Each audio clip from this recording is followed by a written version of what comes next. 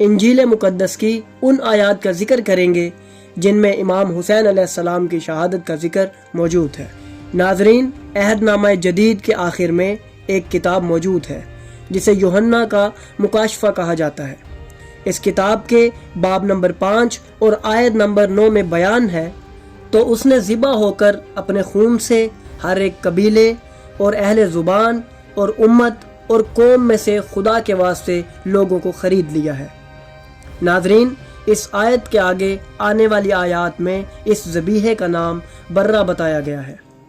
Knees इस ज़बीहे की तारीफ़ में बयान है कि ज़िबा किया हुआ बर्रा ही कुदरत, दौलत, हिकमत, ताकत, इज़्ज़त, तमजीद और हम्द के लायक है।